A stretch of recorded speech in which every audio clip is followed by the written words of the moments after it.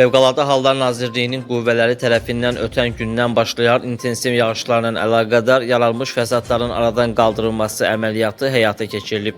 Bu barədə Bilgi TV-yə Fövqəladə Hallar Nazirliyindən məlumat verilib. Bildirilib ki, əməliyyat nəticəsində bu vaxtadək su basmış yerlərdə köməksiz vəziyyətdə qalmış 3 uşaq olmaqla ümumilikdə 20 nəfər vətəndaş təxliyə olunub. Hazırda Nazirliyin Dövlət Yanğından Mühafizə və Xüsusi Riskli Xilasetmə Xidmətləri, Mülki Müdafiə Qoşunları və Bakı Regional Mərkəzinin qüvvələri tərəfindən paytaxtın su basmış ərazilərində suyun çəkilərək kənarlaşdırılması, köməyə ehtiyacı olan vətəndaşların təxliyəsi və digər zəruri təhlükəsizlik tədbirlərinin həyata keçirilməsi işləri fasiləsiz olaraq davam etdirilir. Sevindil Akifoğlu, Bilgi TV üçün.